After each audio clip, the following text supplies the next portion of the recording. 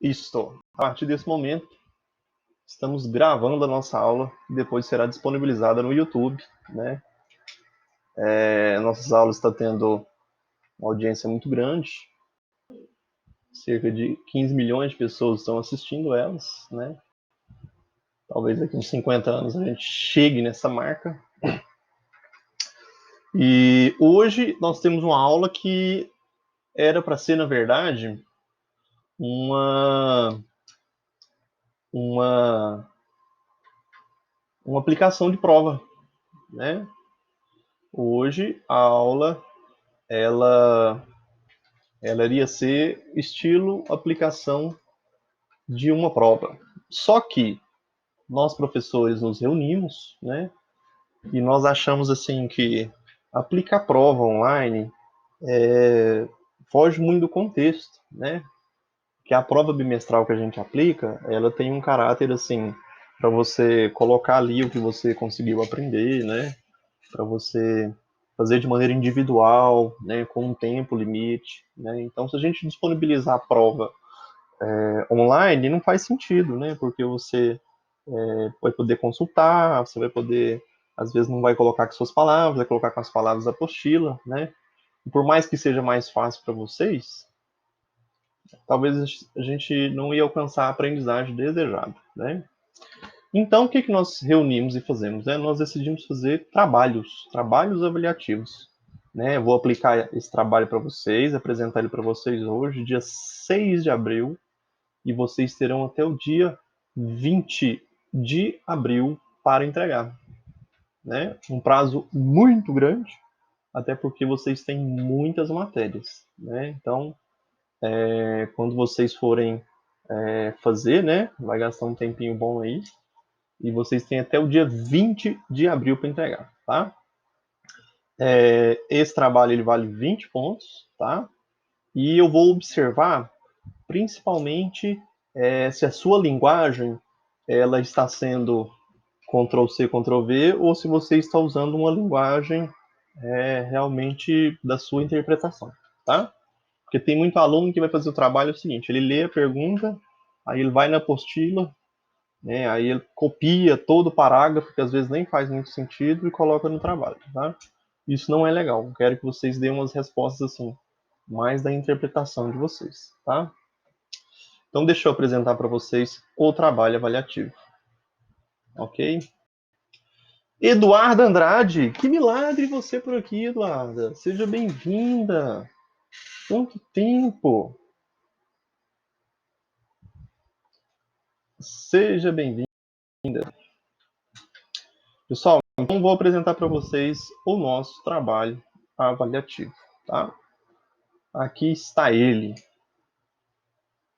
Todo mundo está conseguindo me ouvir? Uma boa? Está conseguindo ver minha tela compartilhada aqui? Sim ou não?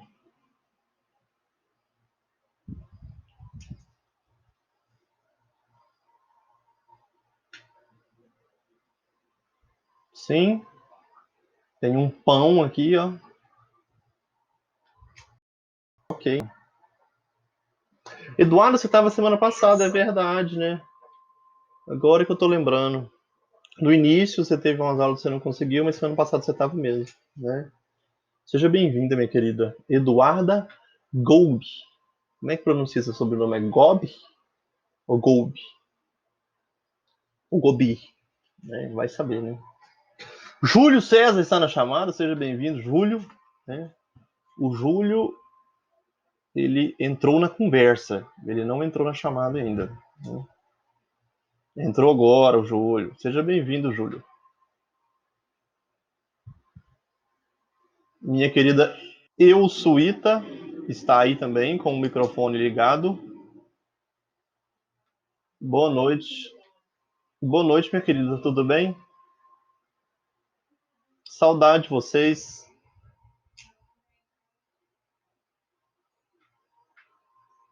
Não, é tipo assim, no início você tem aquela coisa nova, né? Você vai até entretendo, depois enjoa. É, fica difícil mesmo, né? Mas assim, a gente tem que entender que é temporário, né, gente? E assim, a gente está tentando A gente está tentando aproximar o máximo possível, né, do presencial, né? O Júlio é daquele cara tão prevenido, né? Tão prevenido que ele mandou o trabalho por e-mail, mandou no Classroom e mandou também no WhatsApp, quase. Não, WhatsApp mandou não.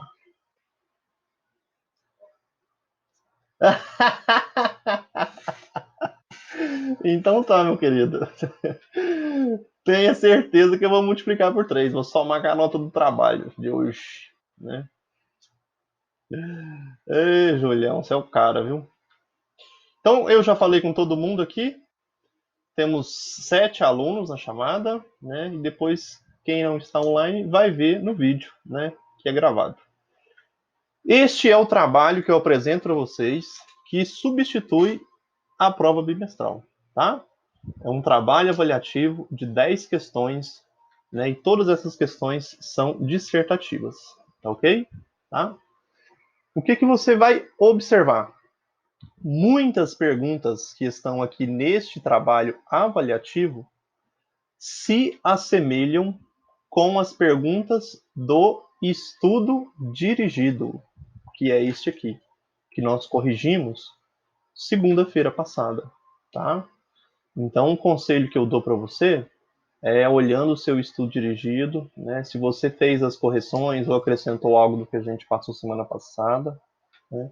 Pega esse estudo dirigido e olha ele para você fazer o nosso trabalho avaliativo, porque tem muitas questões que se parecem, tá?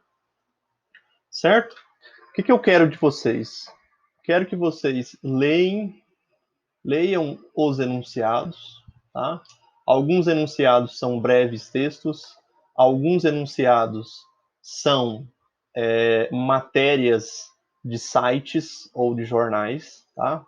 Quero que vocês leiam com muita atenção e que depois vocês interpretem as perguntas, tá?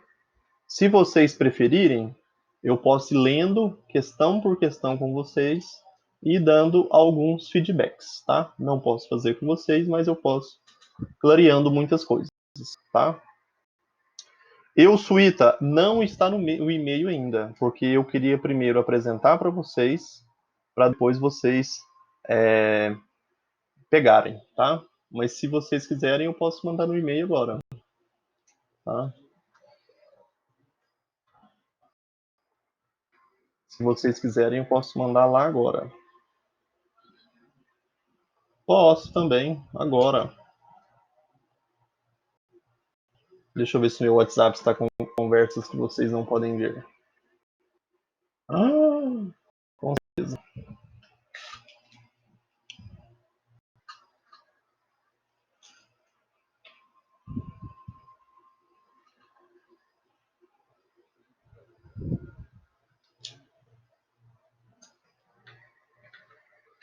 Então vamos lá, o WhatsApp. Abra de César, para que nós possamos te ver.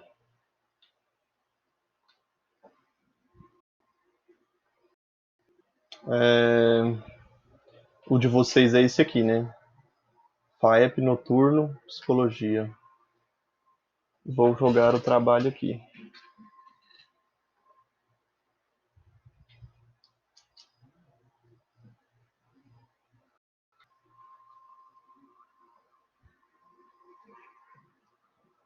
Isto. Ó. Chupingole. É o BBB. BBB Chupingole.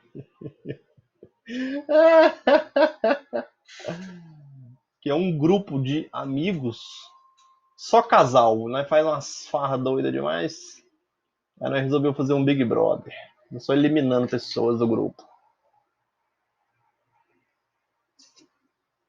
Pessoal, então está no grupo de vocês. Eu mandei, tá carregando aqui, ó. Infelizmente minha internet está muito ruim. Bem, a discussão de hoje, Bolsonaro estava com a intenção de demitir o ministro da Saúde, o Mandetta, né?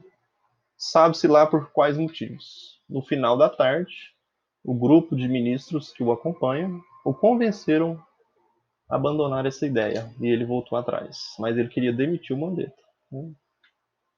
Esse é o nosso presidente. Deixa eu ver se o trabalho já chegou no grupo. Chegou. Ok, então. Quem tiver no computador aí, quiser abrir junto. Eu também acho, viu, Júlio, que foi ciúme, viu, do Bolsonaro. Porque não faz sentido, o cara tá fazendo um trabalho muito bom, hein? Time que tá bom, a gente não mexe.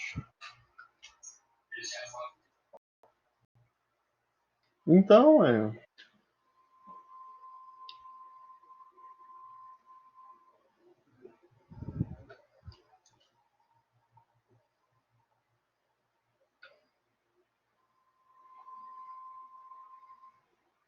pra falar a verdade, cara, eu acho que o Bolsonaro deve ter pensado assim: se eu mantenho esse cara com um trabalho que ele tá fazendo fenomenal, se ele candidatar, ele ganha de mim. Né? Eu penso que o Bolsonaro pensou isso e que ele ia tirar ele, né?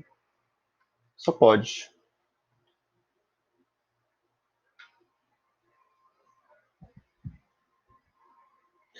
Cara, na verdade, a maioria das pessoas que votaram nele é porque aquela crença, né? Pior do que tá, não fica. Né? Então, mas infelizmente ele fez um.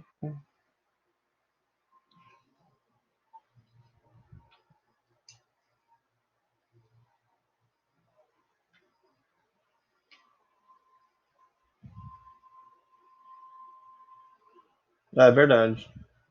O cara manteve a mesma postura. Então, estamos aqui com o nosso amigo Augusto. Seja bem-vindo, doutor Augusto, né? Nosso futuro promotor de justiça daqui uns anos.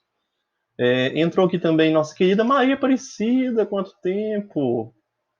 Né? Seja bem-vinda, saudade de vocês. E a Renata. Renata, seja bem-vinda também. Então vamos lá, pessoal. Eu acho que eu vou ler questões por questões e vou comentar algumas coisas. Quem quiser fazer anotações aí, esse é o momento, tá? Porque essa aula eu vou dar para vocês as chaves do castelo. Né? Vou mostrar como que faz cada questão, tá? Então vai tomando nota aí, vai anotando alguma coisa para que vocês possam utilizar na hora de fazer o trabalho, tá? Ok? Então, o conteúdo que a gente vai trabalhar nesse trabalho avaliativo é a introdução à psicologia enquanto ciência e profissão, né? Que é basicamente dividir, separar senso comum de ciência, né? Depois, breve histórico da psicologia, né? A influência que nós tivemos, né? No período dos filósofos, né? No período da Idade Média, né? Na modernidade, né? E na pós-modernidade, tá?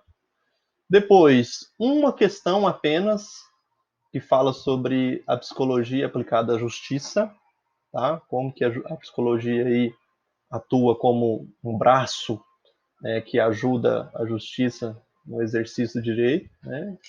E por último, teoria de personalidade em Freud, né, que foi a única matéria que nós trabalhamos, certo? Então, tem 10 questões que abordam estes assuntos.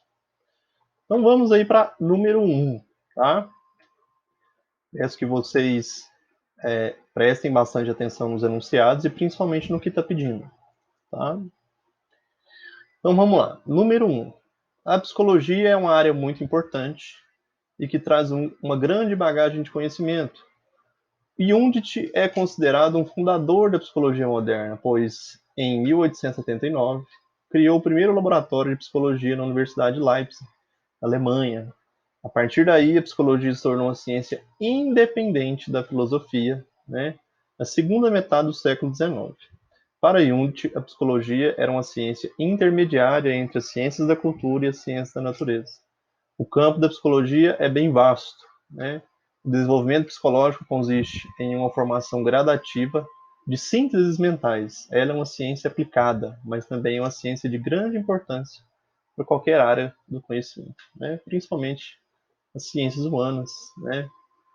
E as ciências que lidam diretamente com o comportamento humano. Então, o que eu quero que vocês prestem atenção? A maioria desses textos, né, que estão no início das questões são textos introdutórios, que vêm introduzir o assunto, tá? O que você tem que ter mais atenção é com isso aqui, ó, né, com as perguntas. De acordo com o breve histórico da psicologia, sintetize o que foi necessário para Jung ser considerado o pai e criador da psicologia. Tá? O que foi necessário para ele ser considerado o pai? A gente viu, durante o breve histórico da psicologia, que várias pessoas falaram sobre o comportamento humano. Várias, né? Mas só o Jung foi considerado pai da psicologia. Né? Por quê? A gente pode ver, né, até no próprio enunciado. Ele foi o pai porque ele foi o primeiro a criar um laboratório de psicologia. Né? Ele foi o primeiro a sistematizar, né, o conhecimento que ele estava construindo através do método científico. Tá? Descreva os passos do método científico. Se você fez o estudo dirigido, você vai se basear na questão número 1, tá? Porque estes são os passos, né, as etapas do método científico, ok? Sobre isso que trata a número 1. Por favor, não dê respostas minimalistas, né? Por exemplo, escreve aqui uma, duas linhas. Não, faz a contextualização da coisa, tá? Né? O Jung foi o pai da psicologia, porque ele foi o primeiro a criar laboratório, e seguir rigorosamente, né, os passos do método científico. Né? E os passos são divididos em 5 etapas. Né? A primeira etapa é tal, né? A segunda etapa é tal. Tá? Faz uma resposta bem bacana, porque aí eu vou puxar seu saco e vou te dar os 2 pontos aqui nessa questão. Tá?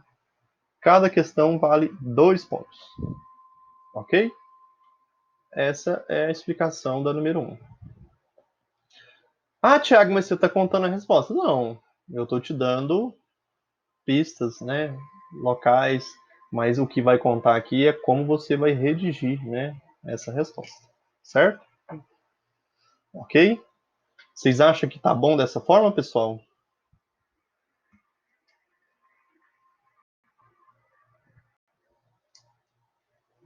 Explicando dessa forma, tá ok para vocês? Eu preciso saber se está ajudando ou não.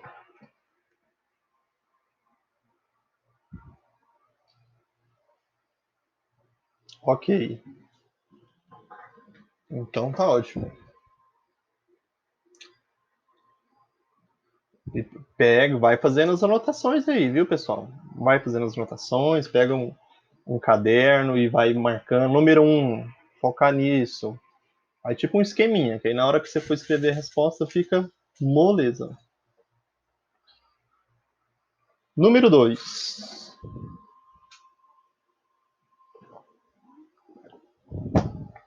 Quem aqui já viu este filme? Que se chama O Quarto de Jack. Tem uma imagem do filme aqui, ó. Alguém já viu esse filme aqui? É um filme que foi lançado em 2015, né, e ganhou o Oscar de melhor atriz. Né, a atriz que fez o filme é a mesma que faz a Capitã Marvel, né? Brie Larson. Brie Larson. Vocês já viram esse filme? Excelente filme, Maria Eduarda. Ótimo, emocionante. Quem aqui é mãe e vê esse filme tem certeza que vai se emocionar. Um filme muito forte, né? E aqui eu vou dar uma resumida, né? De que se trata o filme, né? A nossa querida Joy, né? Ela foi assaltada, né? Sequestrada e ela foi abusada, né? E mantida em cativeiro, em um quarto muito pequeno, né?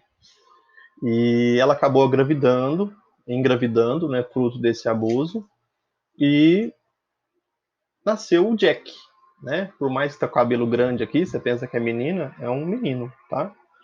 E o Jack, ele cresceu os primeiros 5 anos de sua vida isolado com a mãe dentro desse quarto, né? A mãe ficou mais de 5 anos sequestrada. E tudo que o Jack tinha aprendido sobre a vida, sobre o mundo, né, diz respeito ao que ele aprendeu dentro do quarto, né? Então, quando você olha para o enredo desse filme, né, que está todo descrito aqui, ó, né, dá para você comparar a vida do Jack, né, e o fato de ele ter crescido dentro desse quarto, esse quarto tinha 7 metros quadrados apenas, né, tinha uma clarabóia, que é uma espécie de telha de vidro, né, que fica projetando a luz do sol, e ele via o céu só através daquela clarabóia lá, uma telha de vidro. Essa vida do Jack dentro desse quarto isolado se assemelha muito com o mito da caverna de Platão, né? A história em O Quarto de Jack dialoga muito de perto com o mito da caverna, que corresponde a um tipo de parábola criado pelo filósofo grego Platão, entre várias outras que criou para simplificar alguns de seus sistemas de pensamento, né, quando ensinava na sua academia em Atenas, né?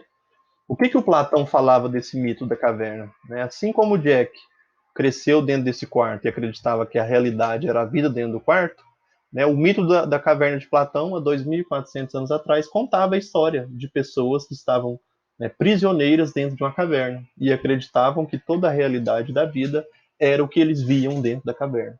Né? E qual que é a moral da história? É necessário sair, né, da caverna, é necessário conhecer o que está fora, né? É necessário conhecer o mundo afora, né? Para conseguir conhecer a realidade, sair do senso comum, sair das ideias enganosas que nós acumulamos durante a nossa experiência, né, o nosso dia a dia, sair dessas ideias e conhecer as ideias verdadeiras, né, que são construídas em grande parte pela filosofia, pela ciência, né? Essa é a moral da história, né? Então eu trouxe aqui uma matéria que compara o quarto de Jack ao mito de Platão e trago para vocês a seguinte pergunta: considerando a relação entre o senso comum e o conhecimento científico, exemplifique como o senso comum é construído usando o mito da caverna de Platão como referência, tá? Então, o que eu quero que você faça aqui? Eu quero que você descreva como as pessoas adquirem senso comum, né? Que são as opiniões, que são os achismos. Né? E eu quero que você tente explicar como o senso comum se constrói usando o mito da caverna como exemplo. Tá? Eu acabei de falar. E até um pouquinho nesse enunciado aqui, né? Principalmente nesses três aqui, ó, né? Fala sobre o contexto do mito da caverna. Procure associar o conhecimento produzido pela psicologia com a sua explicação. À medida que você acabar de explicar o que é senso comum, eu quero que você explique o que é psicologia, né? E, é claro, apontando como o contrário de senso comum. A psicologia é um tipo de conhecimento de quem sai da caverna, de quem procura, né, construir conhecimento verdadeiro, né? E a psicologia se baseia em um método, né, que é confiável e que foi testado, comprovado, né? Isso que eu quero que você faça, tá? Nessa questão número 2. Ok? Entenderam?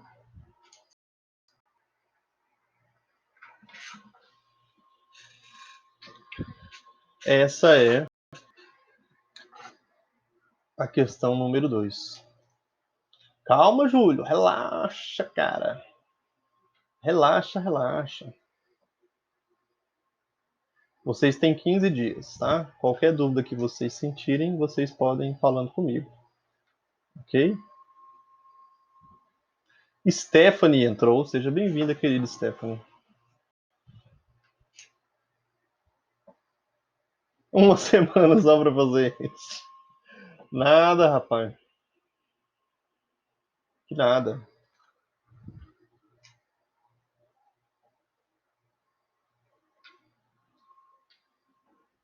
tá? Então aqui, ó, eu vou escrever para ajudar vocês.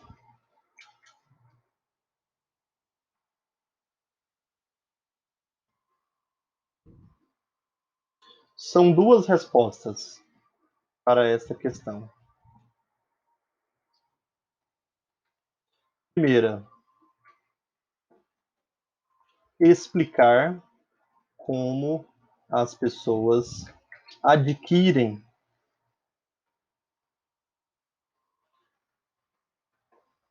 senso comum usando o mito da caverna como exemplo. E a segunda parte da resposta, tá, é apontar a psicologia como forma de conhecimento contrária ao senso comum, pois ela segue as etapas do método científico, ok? É assim que você vai responder essa questão. Stephanie, você está muito preocupada, Stephanie. Vamos lá, Stephanie. Os alunos que não apresentaram o trabalho, eu vou verificar até o final do semestre, tá? Porque eu acho uma participação legal, né? Que vocês têm a oportunidade de treinar a oratória, treinar o poder de argumentação. Então eu vou esperar, né, até o final dessa quarentena para ver se a gente vai fazer, né, a segunda parte do debate ou se a gente vai cancelar e arrumar outra forma para avaliá-los, tá? Fica tranquila que até o final do semestre a gente ajeita essa questão desse trabalho, ok?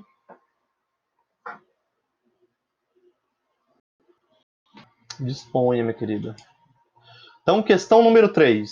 Essa questão número 3 eu já tinha contado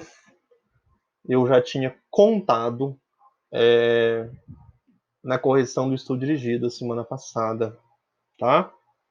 Inclusive eu tinha lido ela toda, né? A questão número 3 fala sobre uma nota emitida pelo Conselho Federal de Psicologia, né? Esclarecendo que psicologia é uma coisa e coaching é outra coisa, tá? E a grande pergunta para vocês aqui, né, nessa questão número 3 é: com base nos conhecimentos sobre psicologia enquanto ciência e profissão, discorra sobre os motivos pelos quais práticas como o coach, o tarô, a astrologia, a quiromancia, a numerologia, entre outras práticas, não podem substituir o lugar da psicologia, tá? E aqui, o que eu disse na aula passada, pessoal? Eu mostrei essa questão. Eu disse que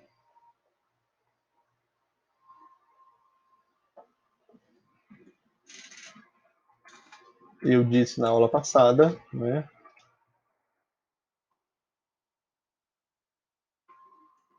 Nessa questão você deve mostrar, né, a diferença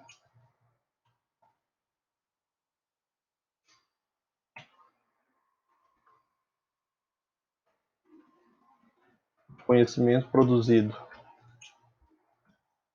pelas práticas diversas e pela psicologia, tá? Não sei se vocês notaram, mas a questão 1, 2 e 3, elas falam quase que da mesma coisa, tá? Então, assim, vai ficar até um pouco meio repetitivo, mas abordando vários temas, né? Então, nessa aqui você deve mostrar a diferença entre o conhecimento produzido pelas práticas diversas, né? E aqui a gente vai colocar não científicas, tá? E pela psicologia, né? Científica, é uma prática científica, ok?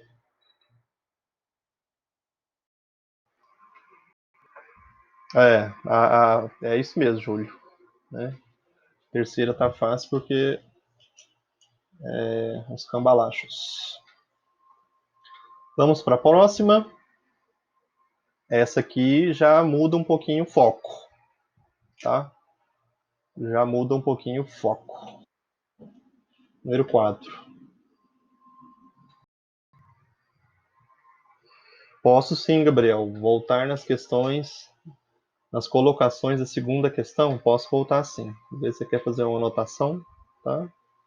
Ó, a questão número 2 está te pedindo o seguinte: considerando a relação entre o senso comum e o conhecimento científico, né, e nesse caso aqui a gente vê que os dois são opostos, né? Exemplifique como o senso comum é construído, né? Como que as pessoas adquirem senso comum? Elas adquirem, né, através das experiências do dia a dia, né, e das crenças e opiniões formadas, né? Você já começou a responder essa pergunta. E eu quero que você utilize o mito da caverna de Platão como uma referência. Aí você pode explicar o que é senso comum e dar o exemplo. Olha, assim como Platão afirmou no mito da caverna, né? Onde alguns prisioneiros viviam dentro de uma caverna, né? Uma caverna escura, eles estavam acorrentados e eles acreditavam que toda a realidade, que toda a vida era explicada através do que eles vivenciaram dentro da caverna, né? Então a gente percebe que eles estavam alienados, né? Eles não conheceram o mundo fora da caverna, né? Eles acreditavam que o mundo era o que eles estavam vivendo ali, né? Então, usar o mito da caverna como exemplo é isso, tá? E depois eu quero que você associe o conhecimento produzido pela psicologia com a sua explicação, né? Então, a primeira parte da resposta, você explica como as pessoas adquirem o senso comum, usando o mito da caverna como exemplo. E a segunda parte da resposta, você aponta a psicologia como forma de conhecimento contrária ao senso comum, tá? Ela é contrária, porque se o senso comum se baseia em crenças, né, em opiniões e experiências, né, a psicologia ela se baseia na ciência, e a ciência ela não permite opiniões, ela não permite crenças, né, ela permite fatos que são observados, né, e são testados, tá? É assim que você vai responder a número 2, ok?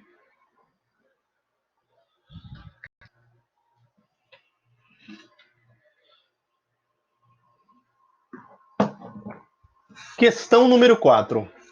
Essa aqui já é um pouco mais diferente, tá? Vai anotando aí, viu, pessoal, que ajuda bastante, tá? A questão número 4, eu quero falar sobre alma, né? Alma existe ou não? O ser humano tem alma, tá? Então, aqui tem uma matéria de um grupo de cientistas que vem tentando, durante muito tempo, provar que alma existe, né? Inclusive, eles fizeram alguns experimentos que quando uma pessoa estava hospitalizada e ela morria, havia um fluxo de energia que se movimentava na pessoa, né? E eles acreditavam que esse fluxo de energia era a alma saindo do corpo, né? Então, assim, foram vários experimentos que foram feitos, né, para provar que a alma existe, que não, né? Isso aqui é só para introduzir o assunto, tá, pessoal? E o que interessa é isso aqui, ó, essa parte de baixo, né? O filósofo grego Platão contribuiu para uma visão dualista do homem, né? Que visão é essa? O homem, ele é o conjunto de duas partes unidas, né? Que se chamam corpo e alma, tá? Isso é dualismo. Você é corpo e alma. Segundo o estudo do Breve História da Psicologia, explique como a concepção de alma atrapalhou a construção de conhecimento sobre o homem, enquanto ser que possui mente, o seu aspecto psicológico, né? Como que a concepção, pessoal, de alma atrapalhou né, os estudos sobre a mente humana, né, sobre o comportamento humano, sobre o aspecto psicológico do humano. Né? É isso que você tem que responder, tá? Nessa questão. Eu, Suíta, essa aula é gravada, tá? Assim como todas as outras. Depois, se você quiser ver de novo, tá? Você pode ver.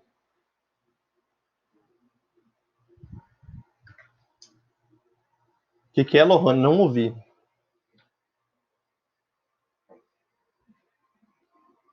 Lohane, você falou comigo?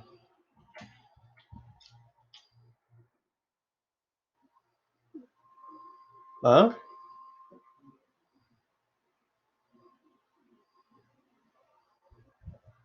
É que a Lohane, ela tá com o microfone ligado, eu não sei se ela tá falando comigo. Então vamos lá, pessoal. Como que eu vou responder essa número 4? Tá? É de acordo com aquilo que a gente discutiu em sala de aula. Né? Desde Platão até o fim da Idade Média, né, sempre havia esse argumento que o ser humano ele possuía alma e que a alma era a parte que não morria em nós, a parte que era imortal, era a parte perfeita, né, era a parte boa, né, em você, né? O próprio Platão ele falava que a alma era o lugar das ideias e que o corpo era o lugar dos sentidos e que os sentidos atrapalhavam, né, você alcançar o conhecimento, né? Então o corpo deve ser ignorado e deve dar lugar à alma, né? Depois a gente vê na Idade Média, né, o Santo Agostinho, o Tomás de Aquino, né? Eles falando sobre a importância de se buscar Deus, né, para se parecer com Ele, buscar a perfeição que está em Deus. Nós temos uma parte de Deus em nós que é alma, né? Então tudo isso atrapalhou, né? Porque tudo que acontecia era aquele argumento, né? Você tem que melhorar sua alma, né? Como que eu vou melhorar algo que eu não vejo? Como que eu vou estudar algo que eu não consigo tocar? Como que eu vou lidar com algo que não pode ser perceptível? Então, durante toda a história, né, da psicologia e da construção do conhecimento do homem enquanto mente, né, enquanto psicológico, né, a alma atrapalhou bastante, porque não tem como estudar algo que não pode ser observado. Não, eu não posso estudar algo que faz parte de Deus, porque Deus é uma instância que está totalmente além de nós, né, metafísico. Né? Então, a gente percebe que a alma, a alma enquanto objeto de estudo atrapalhou, né, muito o conhecimento sobre a psicologia. Não pode ser observada, né, nem verificada, né.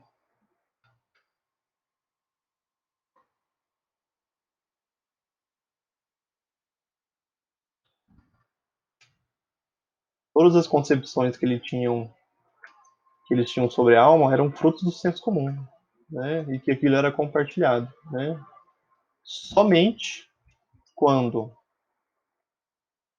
essa concepção acabou sendo substituída por mente, né, a psicologia ganhou espaço, tá? E aqui, pessoal, quando a gente fala sobre mente, a gente está falando aqui sobre atividade do cérebro, tá?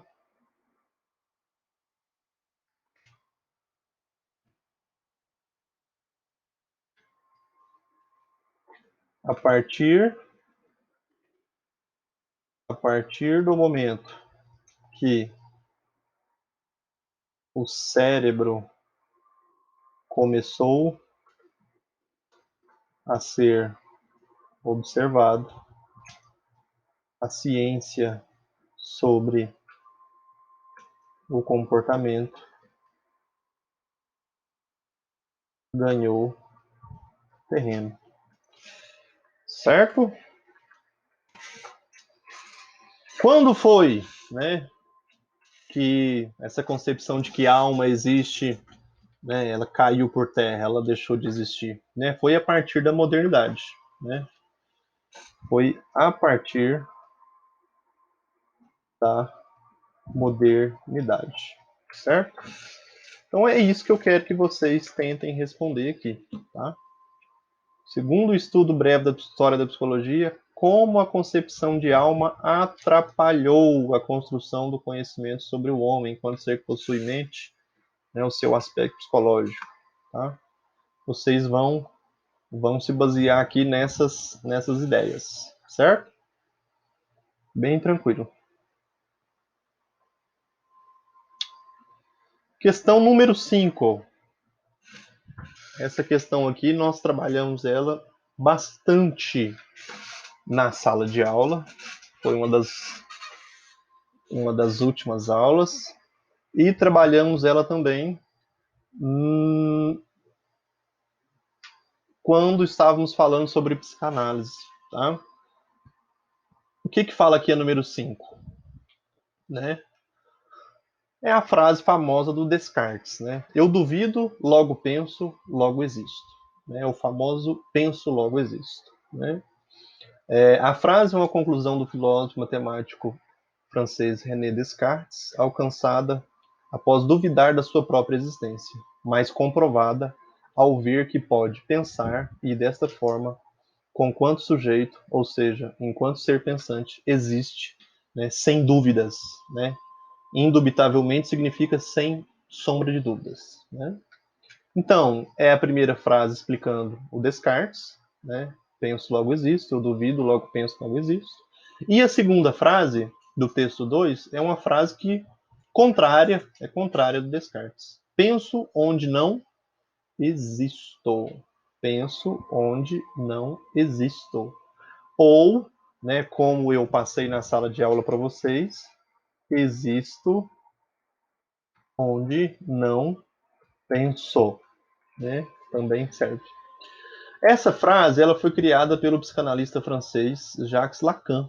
Né? O sujeito da psicanálise é aquele descentralizado em que a consciência não forma o seu centro. Ou seja, o sujeito da psicanálise não se deixa levar pelos conteúdos da consciência. Tá? Portanto, Lacan acredita que a consciência é uma ilusão e toda certeza é, na verdade, enganosa. Isso vai de encontro com a teoria freudiana, né? Ou seja, ele pensa assim como Freud, né? Até ele utilizou Freud para criar suas ideias. Freud alterou a famosa frase de Descartes, o penso logo existe, né? Pelo penso onde não existe. Tá? De acordo com a história do pensamento, Descartes marcou sua época descrevendo os novos paradigmas da modernidade. Mais à frente, Freud também destacou novos paradigmas para inaugurar uma época, a pós-modernidade. Segundo os dois autores, explique como as frases abaixo sintetizam as ideias de cada um. Tá? Você vai explicar baseado em que o Descartes criou essa frase e baseado em que o Freud criou essa frase. Tá? E aqui eu vou colocar algumas coisas para vocês. Né? Primeiro do Descartes. Descartes, né, ele acreditava que somente a razão é confiável, tá?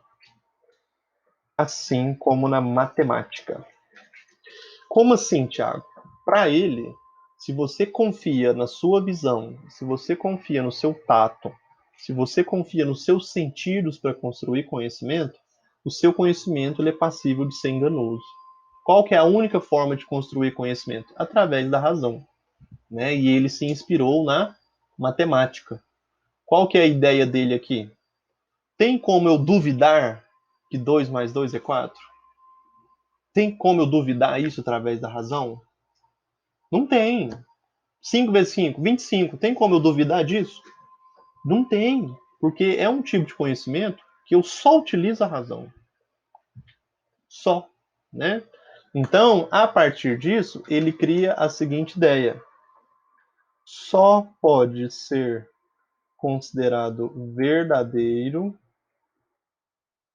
aquilo que não se pode duvidar, tá? Se não tem como eu duvidar que 2 mais 2 é 4, então é algo verdadeiro. Se eu crio um conhecimento que não tem como duvidar, né, logo esse conhecimento é verdadeiro. Né? E a partir disso, pessoal, o nosso amigo Descartes, ele começa a duvidar da própria existência dele, né? Porque até então a gente sabe que existe através dos sentidos. E aí ele faz a seguinte provocação, né? Quando estou duvidando, né? Ou seja, pensando, há como duvidar de que há como duvidar de que estou duvidando? Quando você está pensando, quando você está usando a razão, quando você está duvidando, tem como você desconfiar de que não está pensando? Tem como você duvidar que não está duvidando? Não tem como, gente. Não tem como. O simples fato de você duvidar mostra que você está duvidando. Então, a partir disso, ele diz o seguinte, né? Quando eu duvido, eu sei que eu sou de verdade, porque não tem como duvidar da minha própria dúvida, né? Não há como duvidar do pensamento enquanto pensa. Logo, ou seja, utilizando uma lógica, ao pensar, você, ao pensar, você tem bases suficientes para acreditar em sua existência. Não resta dúvidas. Né? Isso que é o penso, logo existo. Tá? Qual é o X da questão para vocês terem essa questão? É esta frase aqui. Ó. Só pode ser considerado verdadeiro aquilo que não se pode duvidar. Né? Então, é baseado nisso que o Descartes construiu essa frase. Ok? Essa é a explicação.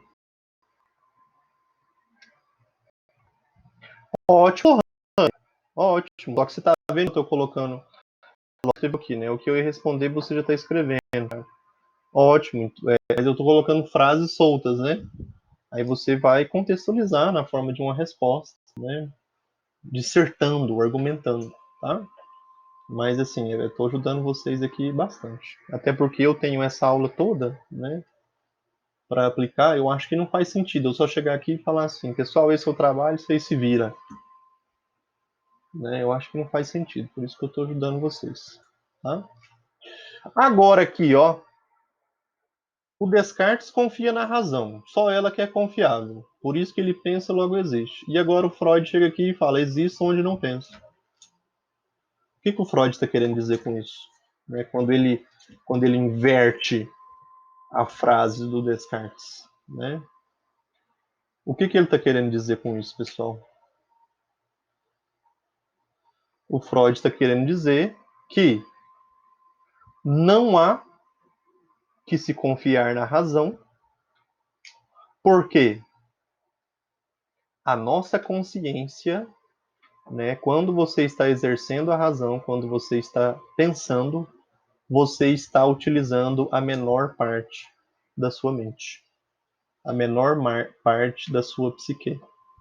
E toda a nossa consciência, ela é influenciada por questões inconscientes. Quando ele fala existo onde não penso, ele está querendo dizer tudo que você tem de mais verdadeiro sobre si mesmo está no lugar onde você não pensa, tá? Toda a sua razão, toda a sua atividade racional é influenciada por questões que você não percebe, tá? Por isso que ele inverteu a frase, tá? Então, o nosso amigo Freud, quando ele faz essa frase, ele está querendo dizer o quê? Né? Revelar, revelar o funcionamento da mente humana segundo a ideia do iceberg, né? Consciência é a menor parte da psique, né? E é totalmente influenciada pelas atividades inconscientes. Logo, não há como confiar na razão. Tá?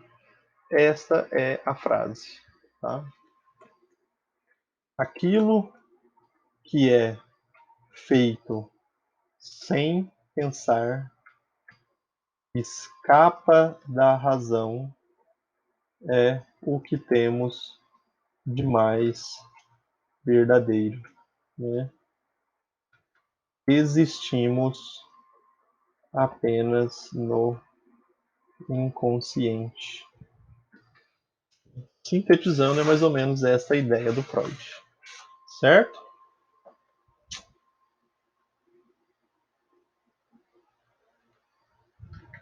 Então, o que baseia toda essa frase do Freud é a ideia de que a nossa mente, né, é semelhante a um iceberg. Né? A pequena parte é a consciência, a parte grande é a inconsciência. Então, não há por que confiar na razão. Ela nos engana. Tá? Ela nos engana.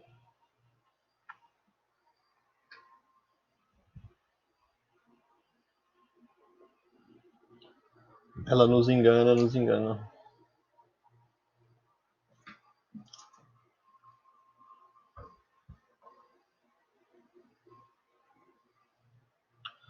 Questão número 6, pessoal. A questão número 6, eu trouxe ela, e ela é a única praticamente que está fora, é, está fora do estudo dirigido. Né?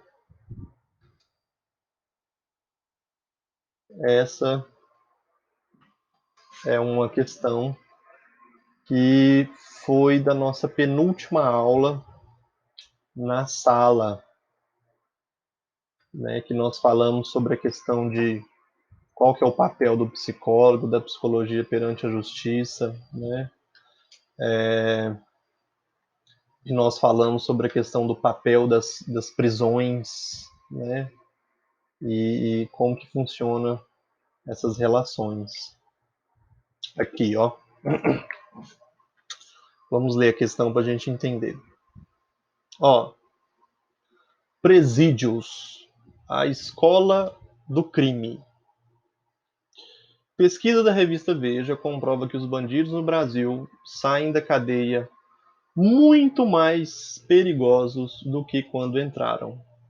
O estelionatário vira traficante, o contrabandista, o sequestrador e o ladrão assassino, como ocorreu com o menor HAS, que passou 13 vezes por instituições do Estado antes de ser acusado de matar a facadas o médico Jaime Gold, no Rio de Janeiro.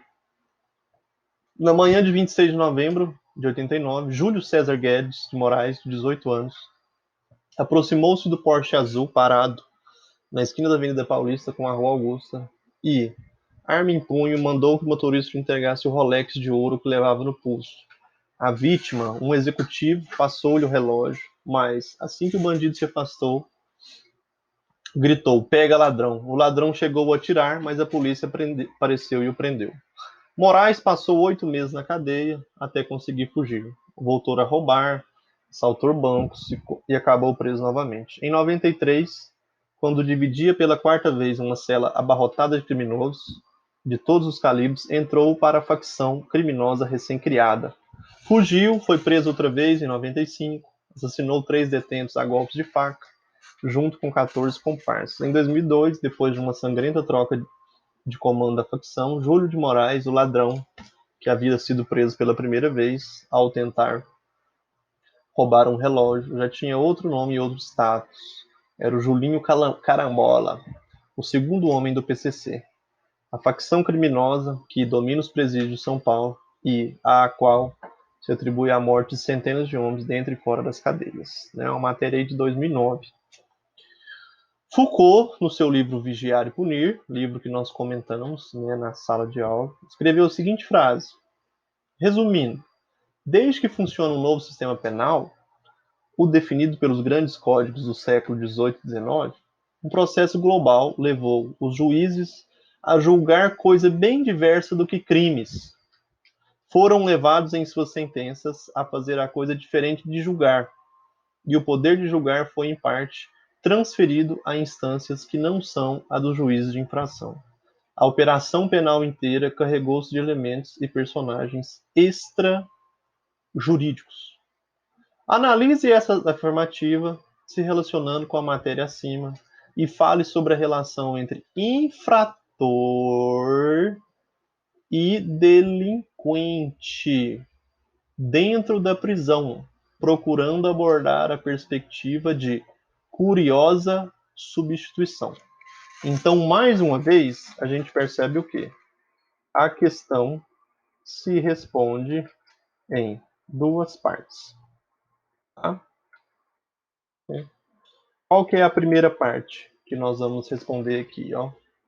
Analise a afirmativa do Foucault se relacionando com a matéria acima, né? E fale sobre a relação entre infrator e delinquente. Então, primeira coisa que nós vamos falar aqui do Foucault, pessoal, e eu utilizei, né, esse slide para poder falar sobre essa questão, né? O Foucault ele vem trazer um questionamento de que o sistema penal ele serve exclusivamente para punir aquelas pessoas que agiram contra a lei, mas o sistema penal ele não consegue fazer a interpretação social que causou aqueles delitos, né? Então, o Foucault ele faz uma grande crítica de que o presídio ele virou simplesmente uma lixeira para julgar merda lá dentro, para julgar gente que não presta lá dentro. E enquanto essa interpretação social não é feita, né, os nossos queridos detentos que estão lá inseridos, eles estão cada vez mais aprimorando as suas práticas de delito, né? E a partir desta ideia, o Foucault aborda de que o encarceramento não se tornou lugar de mera exclusão, de mero julgar lixo, né, no lixo, mas um lugar de um infrator da lei se socializar com delinquentes e à medida que se socializa, acaba se tornando como os delinquentes.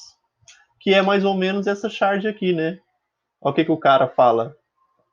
Fui solto antes de cumprir a minha pena, mas deu tempo de aprender 300 formas diferentes de matar. Com quem que ele aprendeu isso? Com o sujeito delinquente, né? Então, quando ele fala curiosa substituição, aquele sujeito que tinha um modo de vida adaptado de certa forma à sociedade, quando ele chega na cadeia, ele substitui todas as crenças que ele tinha, todo o comportamento social que ele tinha, por um comportamento delinquente, né? Então, pessoal, essa é a perspectiva de curiosa substituição, né? Realmente vira a escola do crime, né? O presídio vira a escola do crime, certo?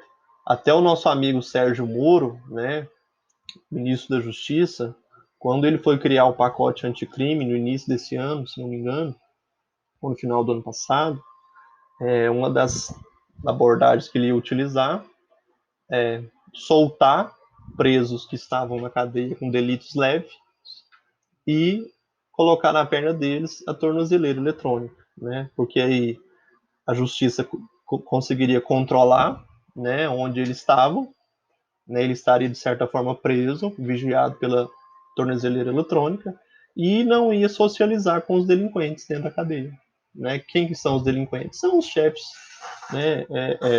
São os chefes de facção, né? Essa aqui é a única questão que eu não dei no estudo dirigido, mas explico para vocês aqui, tá? Certo? Eduarda. Tiago, o livro que fala da rivalidade do Comando Vermelho e PCC é o Vigiar e Punir? O Eduarda, na verdade, o Vigiar e Punir ele vem muito antes, né, de Comando Vermelho. O áudio parou, pessoal? Vocês não estão conseguindo me ouvir? Estão me ouvindo?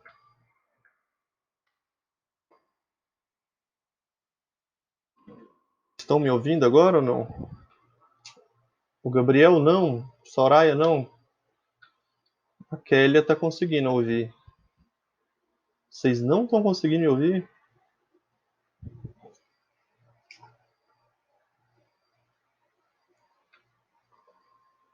Está mudo? Tá aqui ativado, ó. Deixa eu tentar. Tá ouvindo agora? Tá ouvindo? Aonde que vocês querem que eu volte?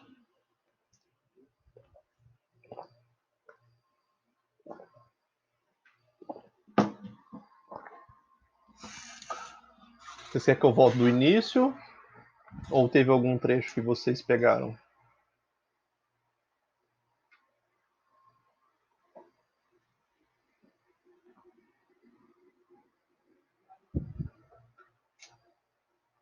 Até a charge.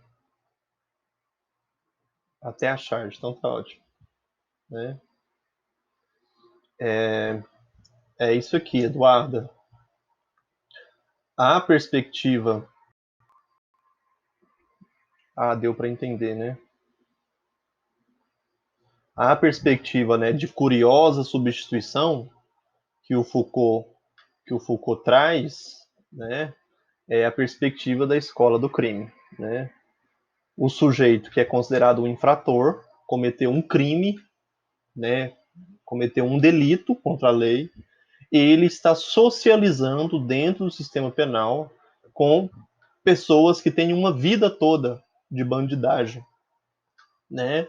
E à medida que ele está ali, ele vai aprendendo, né, novas formas de socializar e ele vai de certa forma se tornando, né, substituindo toda aquela formação social que ele tinha por uma formação delinquente, né? E é onde ele realmente ele começa a cometer crimes piores, né, e vira de forma de fato um bandido, né? Vira um bandido, certo? Então, essa é a ideia de curiosa substituição abordada pelo Foucault. E eu disse aqui, eu não sei se vocês chegaram a ouvir, né, o ministro Sérgio Moro, quando ele criou o pacote anticrime, né, que foi votado pelo Congresso, algumas coisas foram barradas. Ele teve, né, a proposta de soltar uma parcela de presos que tinham delitos, alguns delitos assim únicos, alguns delitos que não são tão graves, né? Ele queria soltar todos eles e controlar eles através de tornozeleira eletrônica, né? Porque dessa forma o sujeito estaria preso, né? Acompanhado pela tornozeleira eletrônica e não teria socialização com os bandidos, né? Dentro do presídio, com os delinquentes, certo? Essa aqui é a perspectiva. Boa noite, minha querida Ellen. Tudo bem com você? Tá? Então, o que, que vocês vão responder aqui? Ó? Primeira coisa que nós vamos falar aqui. Foucault, né? Foucault cria sua obra sobre as violências nas prisões, as violências nas prisões, que é o vigiar e punir, né? Vigiar e punir.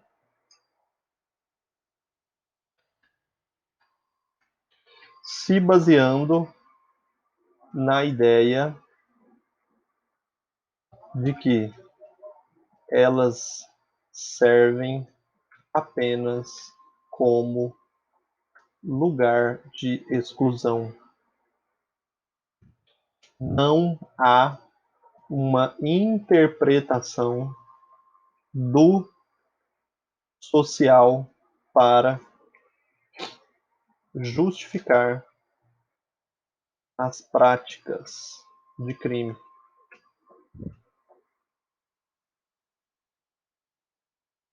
Vou arrumar isso aqui para cá. Não há uma interpretação social para justificar as práticas de crimes, né? Desta forma, o sistema penal não julga, apenas exclui, né? Segunda parte da resposta, né? Segunda parte. Fale sobre a relação entre infrator e delinquente, né? O sujeito com delitos únicos e não tão graves é, e aqui eu vou colocar infrator, é inserido no presídio com assassinos e bandidos, delinquentes, né? Desta forma, toda a formação social civilizada é substituída pela formação delinquente. E aqui, né, pouco citado nas matérias, né, é quando o sujeito ele entrega sua vida à facção, né, porque de fato ele já se identificou com a postura de delinquente. Né? E as facções, né, pessoal, elas adoram justificar as ações dela através de ideias de enfrentamento ao sistema, né? Faz até algum sentido, né? Mas o porém é que eles precisam usar de comportamentos totalmente delinquentes para afirmar, né, as suas crenças nas facções, certo? Ellen, você falando aqui, desculpa o atraso, fica tranquilo, querida. As aulas são todas gravadas, você pode assistir depois naquele link que eu sempre mando, né, pro pessoal no WhatsApp. Pessoal, se tem alguém que eu não tô mandando mensagem no WhatsApp, é porque não tá no grupo, né, e eu não tenho número, tá? Pode acontecer de algumas pessoas não estar conseguindo ter contato comigo porque eu não tenho, tá? Então, se você sabe de um colega aí que tá meio meio perdido, passa o meu número, pede ele para entrar em contato comigo que eu passo tudo. Né? Hoje teve um aluno que me procurou e eu passei para ele tudo, tá? Que ele tinha perdido. Ó, questão número 7. O tempo da aula está acabando, pessoal. Eu vou tentar ser mais rápido um pouquinho, tá? Questão número 7. Aqui faz uma pequena menção do que o Freud descobriu no início, né, da construção da psicanálise, né? Então vamos ler esse texto aqui, ó. No âmbito psicológico, qualquer explicação do tipo estímulo-resposta simples para o comportamento parece quase impossível.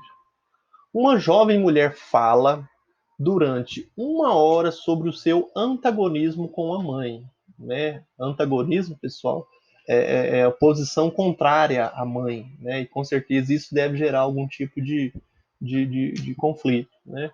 Ela descobre depois disso que uma condição asmática persistente, que nem sequer havia sido mencionado, né, para o orientador, para o psicanalista, teve uma grande melhora. O simples fato dessa mulher falar da sua posição, né, de conflito com a mãe, diferente da mãe, fez com que ela melhorasse a sua crise de asma, né? E ela nem tinha falado sobre isso. Por outro lado, um homem que sente sua segurança no trabalho seriamente ameaçada desenvolve úlcera, né? Uma preocupação demasiada, né, chegou a provocar úlcera.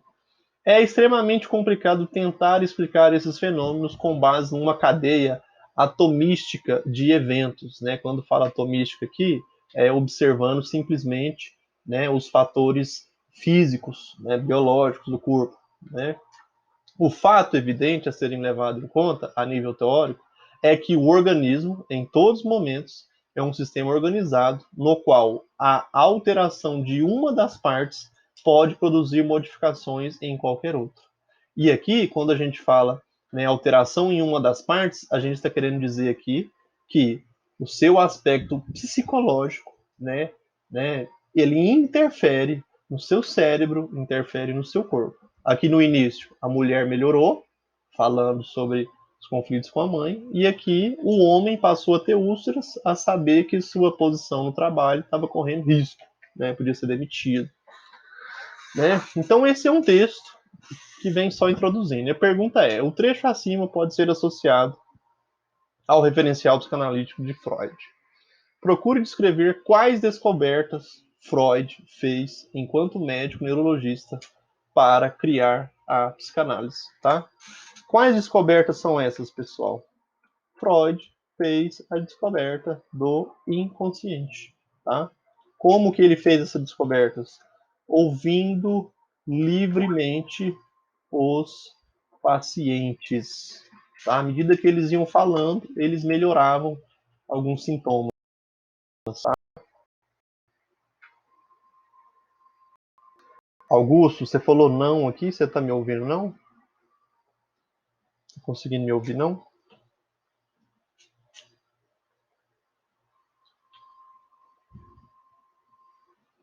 Vou continuar aqui, depois ele responde, né? Como foi que ele descobriu o inconsciente, né? Alguns pacientes o procuravam buscando cura de sintomas no corpo. E aqui, principalmente as histéricas, que sofriam dessa condição, né? E que sintomas é esse, né? Face paralisada, né? Perca da voz, né? Que mais? Manchas no corpo, né? Pernas paralisadas, né? Eles procuravam, né, o Freud, né? E à medida que o Freud, né, ao ouvir esses pacientes em suas queixas livres e diversas, eles apresentavam melhoras, tá?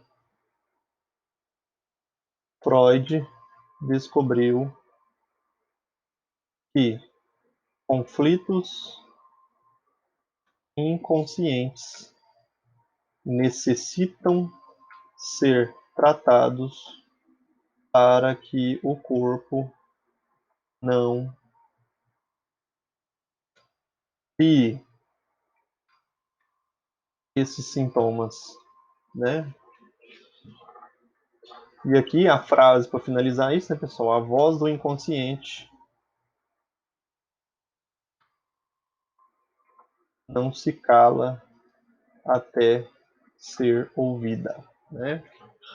O Freud descobriu, pessoal, que à medida que as pessoas tinham essas questões, né, pessoais, a nível inconsciente, e elas não falavam sobre isso, não tinham lugar para se expressar, todo aquele mal-estar acabava sendo transferido para o corpo, né? E quando você fica doente, né, quando você tem que procurar alguém para te tratar, para te acolher, é um lugar onde você vai ter abertura para falar do seu mal-estar, né? Então, o que, que o Freud entendeu? Enquanto você não conseguir dar lugar à voz do inconsciente, né?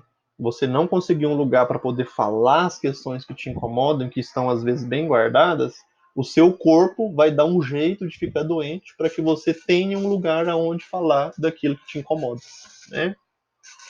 Então, de toda forma, uma hora a casa vai cair. Não há como calar o inconsciente, né?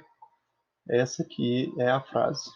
Então, baseado nisso, pessoal, vocês vão relatar sobre as descobertas que Freud fez enquanto neurologista, né, quando ele estava criando a psicanálise.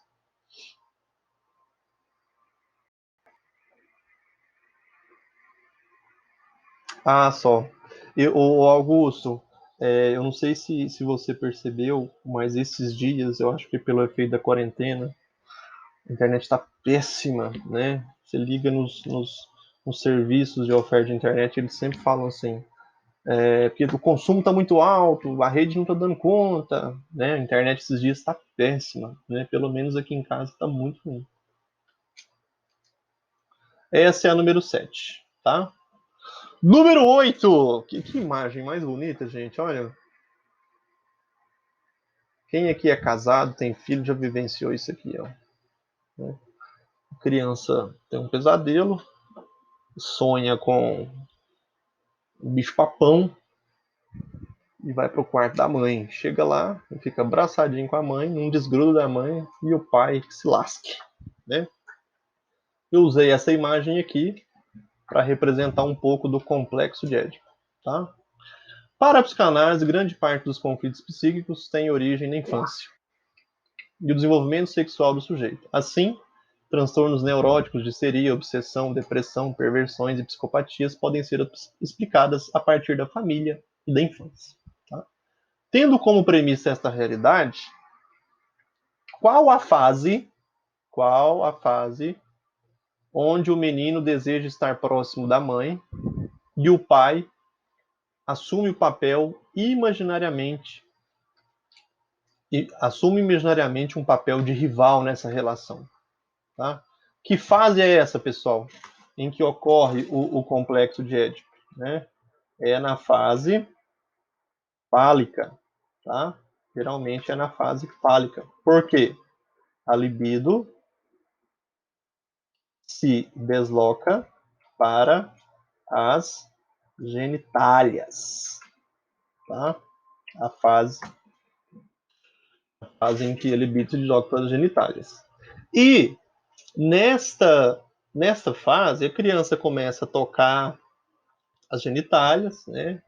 E na brincadeira com os priminhos, ou né, assumindo aquela fantasia,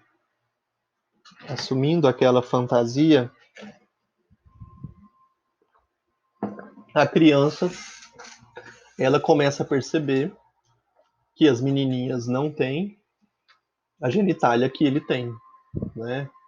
E no medo de perder a sua genitália, nesse temor de ser castrado, ele passa a tirar a seguinte conclusão: é melhor eu obedecer o meu pai, é melhor eu me identificar com ele do que eu querer matá-lo. Porque caso eu faça o que não é permitido, caso eu vá contra as regras, contra os limites, eu corro o risco de ser castrado, né? Então, quando ele introjeta esse temor, ocorre o complexo de Édipo, né? E quando a gente fala complexo de Édipo, pessoal, a gente tem que entender que assim que a criança adquire esse temor, ela tem, né, instaurada no seu aparelho psíquico o superego, né? O superego que vai dar conta de barrar um pouco do id, né? Certo? Então, pessoal, como ocorre o complexo de Édipo, né? Nesta fase, a criança tem um contato muito grande com as genitálias, né? Ao perceber que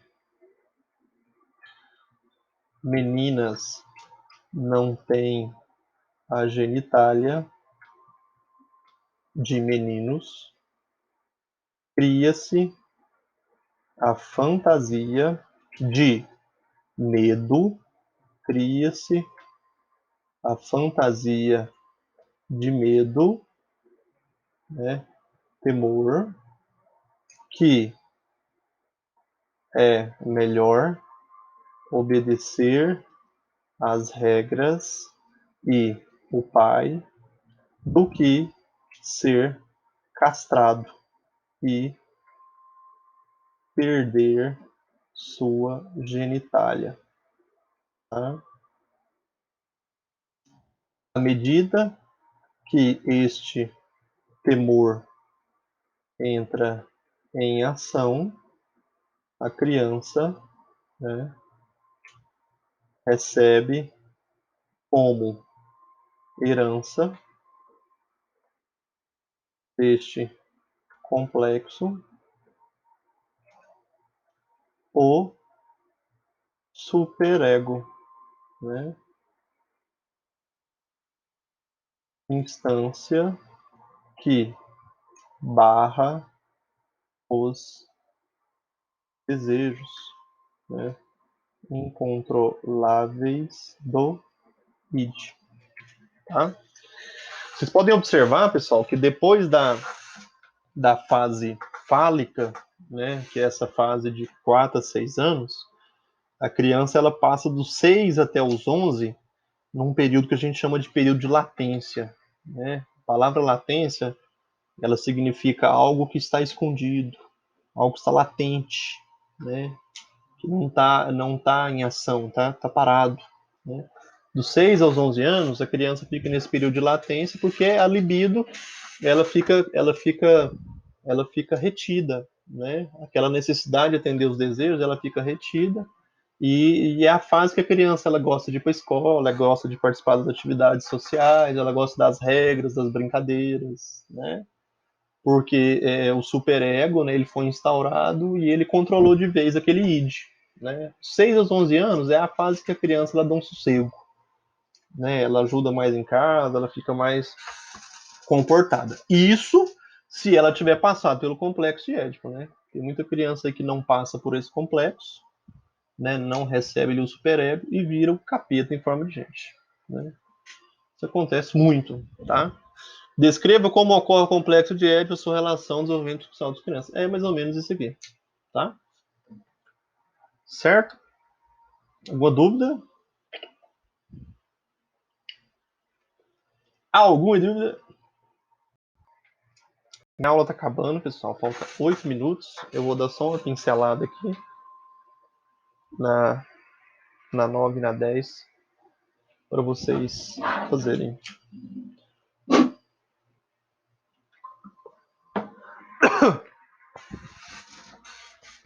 Então tá bom, Gabriel. Algumas questões eu fiz, né? Outras eu deixei assim bem assim solto, né? Você tem que reunir as frases e construir o texto. Né? Mas assim, pessoal, eu tem muita gente na sala de vocês que tá dando um show, tá? Eu corrigi algumas atividades, estive lendo, né? O capricho, a dedicação, a preocupação com as respostas, tá? Isso é muito bacana, tá? Soraya, você não precisa ficar com medo, porque os seus trabalhos são muito bons, tá? Inclusive, Soraya, eu vou ler a última frase do trabalho dirigido que eu escrevi especialmente, né, para as pessoas ansiosas. Né? Uma frase do Freud, aqui, ó. Nós poderíamos ser muito melhores se não quiséssemos ser tão bons. Né? Aquelas pessoas que se preocupam tanto com a perfeição, elas acabam se atrapalhando, né?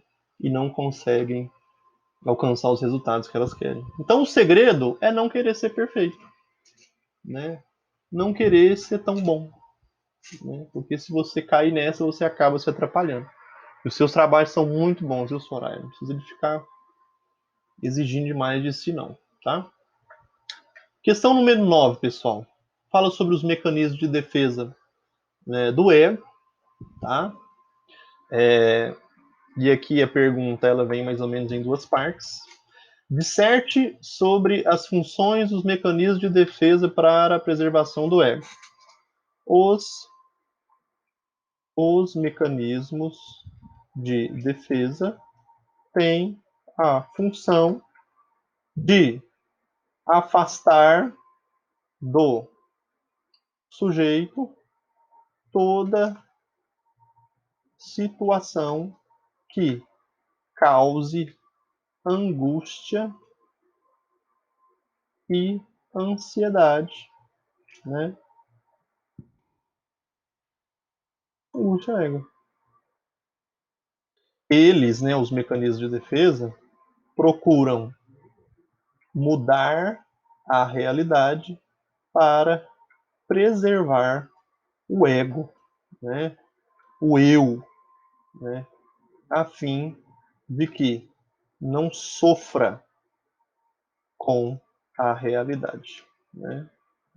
A longo prazo, os mecanismos de defesa podem ser patológicos, pois o sujeito se afasta da realidade, né? Ah, Thiago, como assim, né? Toda vez que você vê algo, né, que coloca em xeque a sua identidade, coloca em xeque o seu eu, né, vai existir um processo automático na sua mente que vai mudar a maneira como você vê que é a realidade para que você não se sinta tão mal, né? Inclusive, pessoal, nós temos o poder, nós temos o poder de imaginar, de fantasiar, porque a realidade ela é muito dura, né? A realidade ela é muito desgraçada. Se você convivesse com os fatos reais da sua vida ao seu redor e você não imaginasse diferente, você iria provavelmente se matar, porque a realidade ela é muito dura. Então os mecanismos de defesa eles surgem para te dar um escapezinho, sabe? Para você ver as coisas diferentes, né? Mais ou menos dessa forma que funciona, tá? Então essa aqui é a primeira parte da resposta, tá? E a segunda parte é essa. Dentre todos os mecanismos de defesa, descreva quais os mecanismos de defesa estão expostos nos exemplos acima e defina os seus modos de funcionamento, tá? São esses três exemplos aqui que eu não vou falar e quero que vocês pesquisem, tá? Essa aqui é a última questão do estudo dirigido de vocês, tá? Então, se você fez, dá uma lida e tenta comparar. Uma pessoa ameaçada pela sua fascinação com a prostituição se torna um ardente defensor de bons costumes e totalmente contra a divulgação de qualquer tipo de pornografia, tá? Peraí, alguém que tem fascínio pela prostituição começa a defender bons costumes? Isso não é contrário, né? Como esse fascínio pela prostituição não é aceitado socialmente e ele vai sofrer com isso, o mecanismo de defesa age, né, levando ele a se tornar um defensor absoluto de bons costumes, né?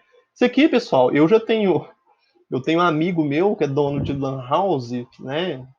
Nem sei se isso existe mais, mas ele tinha um lugar de assessoria informática, tinha alguns computadores para as pessoas usarem lá, e ele falava, né, de pastor de igreja que ia lá na lan house para assistir pornografia, né? Porque o pessoal da lan house tem controle de tudo que essa pessoa acessa, né? Então o que que é isso? É um mecanismo de defesa, né? Qual dos mecanismos de defesa que é esse aqui? Eu não vou contar, vocês vão pesquisar aí, tá? B. O indivíduo que se irrita com seu chefe, mas que não pode expressar sua raiva por medo de ser demitido. Então ele chega em casa e desconta o sentimento, brigando com a esposa, quebrando algo que esteja pela frente, né? Esse aqui é um mecanismo bem famoso, tá? E vocês vão ver lá, né? Vão ler e vão comparar, né? Isso aqui é um bem famoso. Se uma pessoa que reprimiu as lembranças de abusos sofridas quando criança pode mais tarde ter dificuldades em formar relacionamentos, tá? Existe um mecanismo de defesa que, ó essa palavrinha aqui, ó, reprime as lembranças, né? Entreguei de graça, praticamente esse aqui, tá? Ok? Essa é a segunda parte. Então, a segunda parte, né, da resposta é dizer quais mecanismos de defesa ocorrem nos exemplos A, B e C. Explique como eles atuam, tá? São 10 mecanismos de defesa, eu arrumei 3 aqui para vocês, pessoal. Tá? E por último, né? Por último, a questão número 10, vocês vão fazer a interpretação da metáfora do iceberg. Né? O que o Freud quis dizer quando ele fez esse desenho? Vocês vão fazer essa, é a primeira parte da resposta. E a segunda é explicar o que é id, ego e superego. E quero que vocês dividam ele aqui, ó. Tá? Quero que vocês dividam ele aqui, conforme esse desenho que está aqui no estudo dirigido. Tá? Conforme esse desenho. Ego é isso aqui, parará, parará, parará. Id é isso aqui, parará, parará, parará. Superego, parará, parará, parará. Ok? Soraya, não fique com medo. Fique tranquila, Soraya. Não há nada mais. Temos aqui na nossa hoje 12 pessoas. Esse recorde. Nós tivemos um recorde hoje, tá? Augusto, muito obrigado. Eduardo Andrade. Eusuíta, parente da esposa do Gustavo Lima. Muito obrigado. Gabriel, Ellen. Ellen, muito bom ter você aqui. Nosso querido Júlio, né? Lohane, a blogueira do Instagram. Maria Aparecida, se sumiu, não fala com nós mais. Maria Eduarda, muito obrigado. Renatinha, Soraya e Stephanie. Muito obrigado, pessoal. Vocês são show, né? E eu estou totalmente movido a puxar saco da turma de vocês, porque vocês são show. Tá? Ali, ó, Eduarda, por favor, repete a 10. Com certeza, Eduarda. Né? Aqui, ó, vamos ler a 10 então. A psicanálise é uma das correntes teóricas mais conhecidas e populares na história da psicologia, embora não seja a mais validada e tenha sido frequentemente desconsiderada por outras correntes. Essa escola de pensamento, né, cujo teórico foi o Freud, se concentra principalmente no estudo do inconsciente, considerando que o comportamento humano atual é o produto de conflitos entre nosso impulso e a repressão e gestão por parte do consciente. Mas, embora a psicanálise possa ser tão complexa de entender, às vezes as metáforas ou comparações têm sido usadas com outros aspectos da realidade para facilitar a compreensão que a teoria propõe. Um exemplo é a metáfora do iceberg. Tá? O que eu quero nessa questão, Eduarda? Tá? A questão ela tem algumas partes. Ó, primeira parte. Explique o que Freud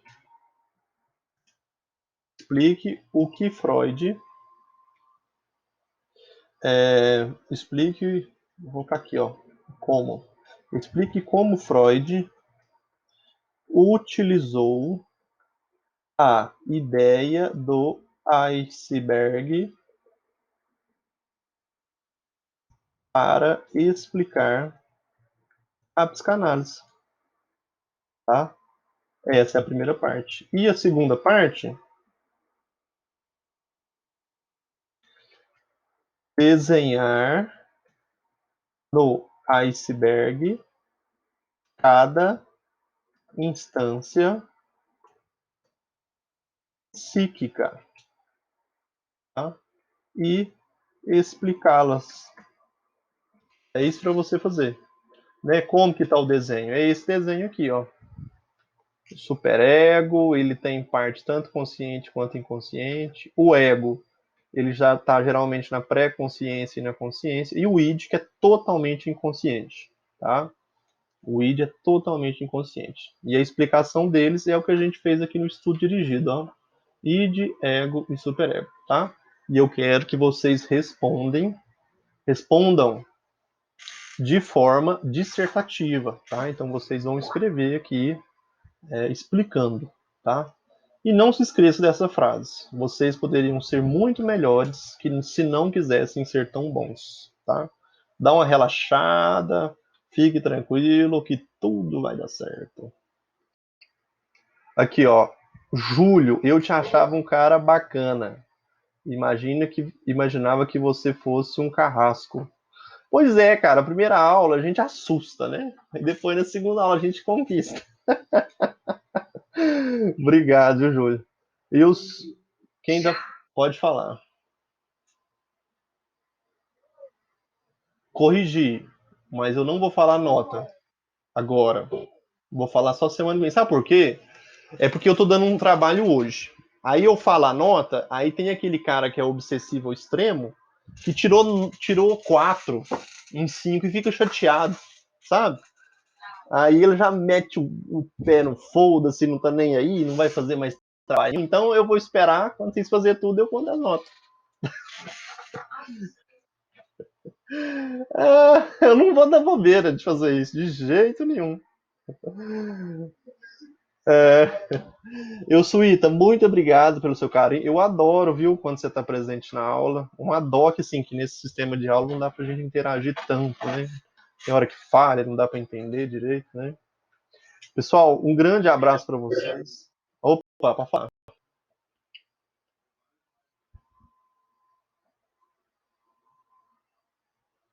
Pois é, cara, isso aqui na verdade é empatia, né? Eu antes da aula eu me coloco no lugar de vocês. E aí as coisas funcionam, né? Já? O João não lê nada não, você tem que mandar pra Isabel.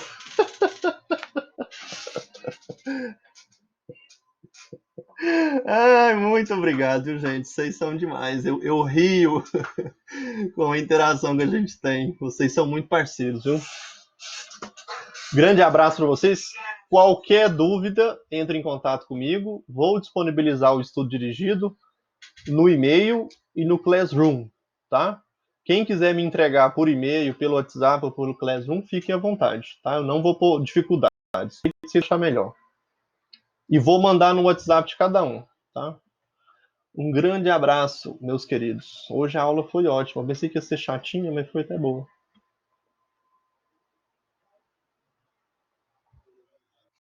Falou com Deus, meu querido. Grande abraço. Vou deixar de compartilhar minha tela aqui, pessoal, e vou mandar para vocês o vídeo dessa aula e vou mandar também o estudo dirigido, tá? Com a graça de Deus. E...